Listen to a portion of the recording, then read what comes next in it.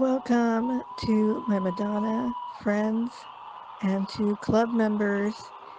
Today I wanted to celebrate the 20-year anniversary of seeing Madonna on the Drown World Tour, September 5th, 6th, and 9th, and just remembering what it was like to go and be a part of all of that. And in the background, you can hear one of my bootlegs. Yes, I did do that from the September 9th show in Los Angeles. And so let's take a trip down memory lane, shall we? Back 20 years. So it all started with the fact that Madonna, once again, was not going to be performing in Seattle for this tour. And it was a long-awaited tour, as we all remember, 8 years since the last tour, which was the Girly Show, and no Northwest performances. So, of course, I was thinking I'll have to take a road trip because she was performing in California. And so my dad, myself, and my friend Michelle, who lived in Portland and had never seen Madonna before in concert, we all got together for a road trip. And that was my first time taking a road trip. It was my second time seeing Madonna, actually, because I'd seen her on the Who's That Girl tour in Seattle in July 15th, 1987. But she had not come back since then, not for Blonde Ambition or Girly Show. So the road trip was a lot of fun. I actually got some video of that, and those old home video 8s.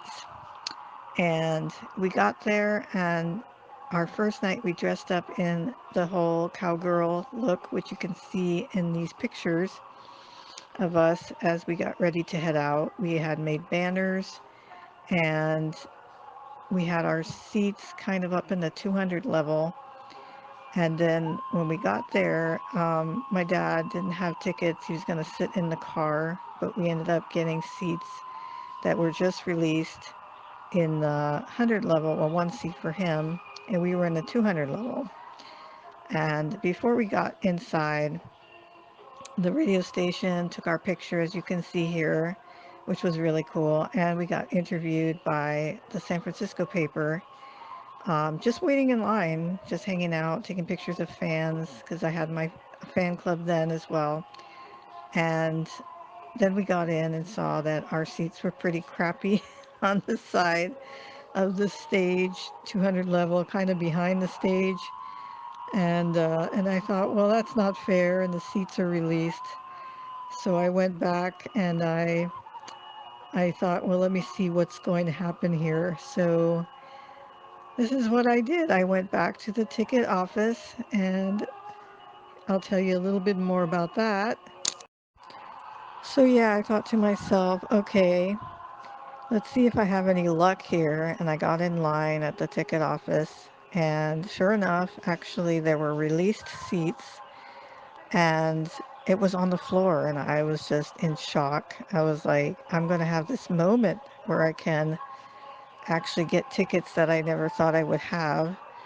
And back then they actually traded in the seat ticket I had and refunded that so I could put it towards new tickets, which I don't think they do that anymore, but they did that for me. And the tickets were on the floor, just released, 22nd row for how much did I pay? I think it was $250 each. It's a lot of money. I was like, oh my God. I put my card down and I just closed my eyes and said, don't think about it. It's Madonna. And and yeah, I got those floor seats, and I went back to Michelle and I said, we're going to be sitting on the floor. And she was in shock. That's her first show. You can hear in the background screaming.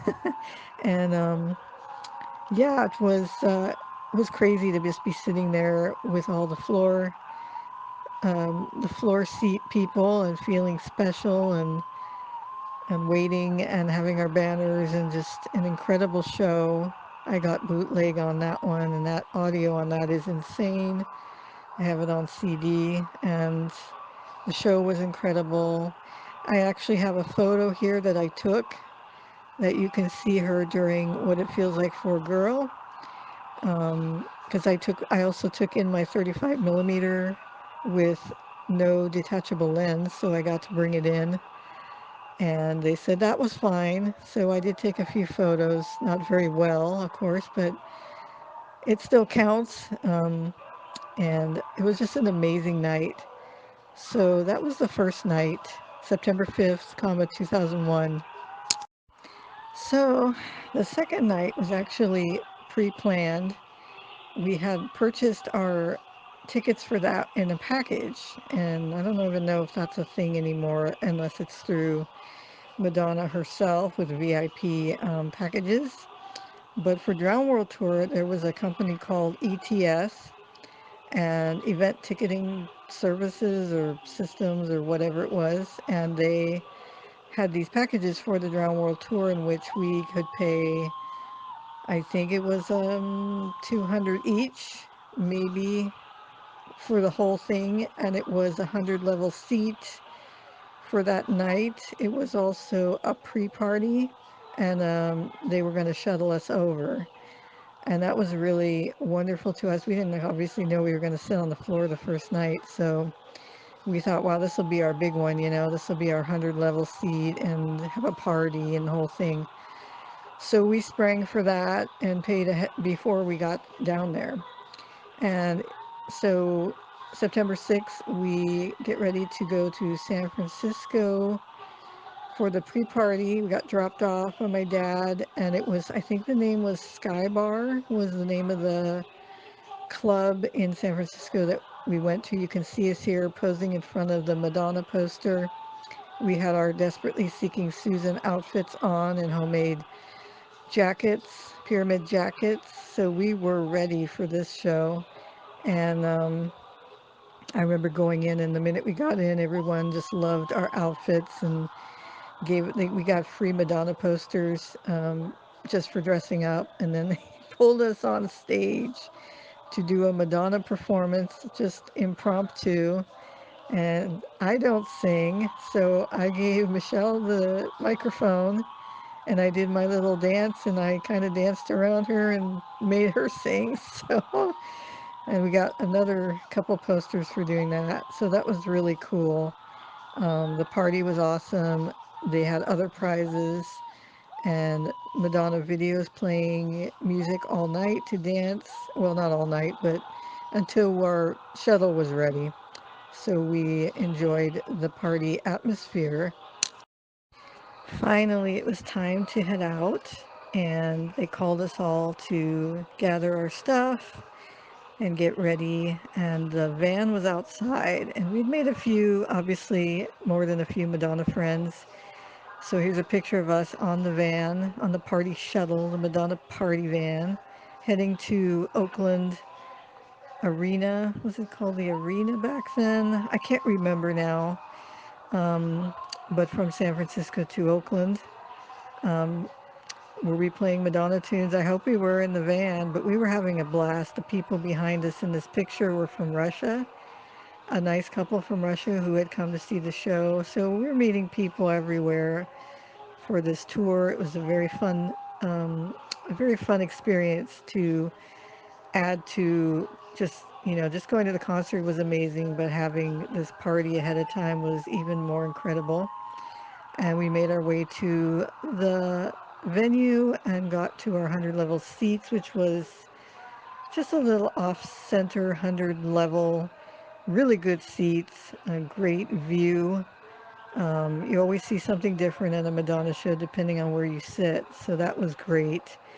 And Madonna was in great spirits the second night. Of course, I taped it again, and I remember she was referring to the newspaper review the night before of her performance, and them not the reviewer didn't like the performance of her guitar playing, and she said she had some wise remark back that I got on the audio that was pretty funny. But it was kind of this great atmosphere, party vibes, and I hate to admit this. I shouldn't be, but I did actually sneak in some video equipment But there's a wonderful end to this story. I was going to just tape it and then have it as a kind of a something to preserve for history. But, back then we didn't have the smartphones. We weren't really doing that. So I got caught, because I'm not very good at this whole hiding things stuff. But what happened was they took the video and the battery, and the security guy gave me his name. I think it was James Hicks, and said, find me after the show. So after the show, we ended up being able to go backstage, and that was just the coolest thing, even if it was a bummer getting caught. And I didn't really want to do it anyway. I mean, I'm already getting the audio. I didn't feel right about it, but I was like, how am I backstage right after the show? And one of her band members saw my jacket and said, nice jacket. And that was just like a great moment. And I got my stuff back. And then afterwards, you can see us here. We are sitting in a restaurant afterwards, just kind of pooped out, having some Denny's or something like that. There was another free show, but it wasn't Madonna related, and we skipped that because we were tired. After Madonna show, you're tired. So that was an incredible second night that we went to in Oakland, September 6, 2001.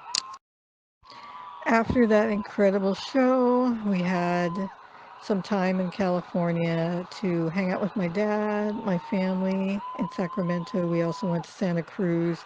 I have pictures of this, but I'm not sure where they are right now. But that was great, just being able to like enjoy some of the state and get around. And um, I I was sad that it's always sad when you've seen your Madonna shows. Now you got to go home, but it was an amazing experience. And we were heading to the freeway to go back up north. And my dad decided to actually go south. And we decided last minute, without me even knowing about it, we were going to see a show in LA. We got tickets in on the drive down in the car. We called on the phone and got tickets in the 100 level, just like that, and made our way down. We didn't get a hotel. We just got into LA. I don't know what 6 hours later, and went right to the show. And so I don't know if we took photos. I don't have them on me.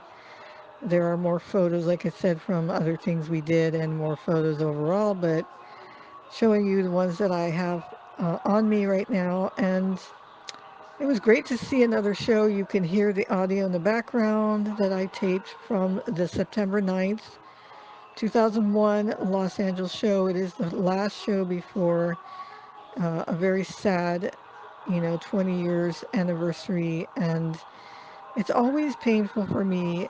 On the one hand, I'm so excited about these shows, but on the other hand, we were really literally the last show before everything, all those horrible things happened, 9/11.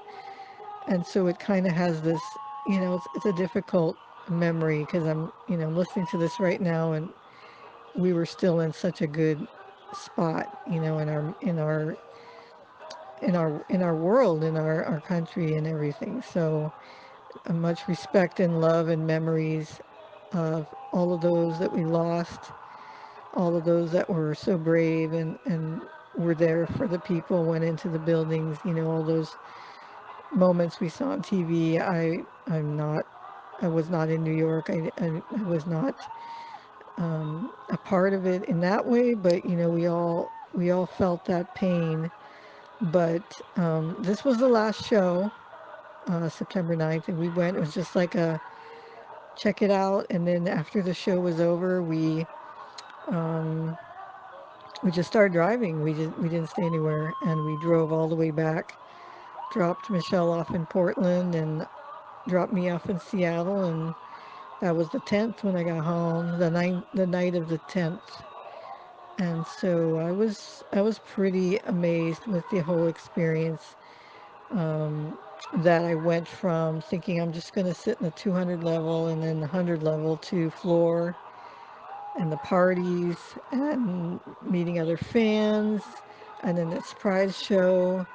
Um, that was incredible. And if I find some more of the photos down the road, I'll do another video to add some more to the story. But that was really my memories of September 5th, 6th, and 9th.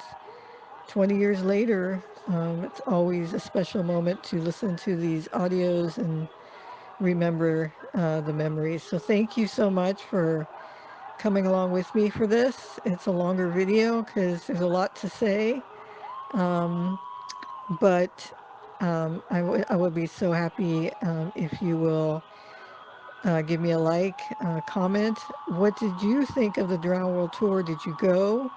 Did you see any of the shows and where did you see them? If you watched it on HBO, what did you think of it when you first saw it? Any memories you have from this time 20 years later, I would love to read them and just kind of reminisce with you. If you want to be a part of our club on Facebook, it's Madonna Everybody Fan Club. Subscribe here to the channel and I will bring more memories and more news for those of you on YouTube. And thanks again, and thank you, Madonna, for a wonderful tour.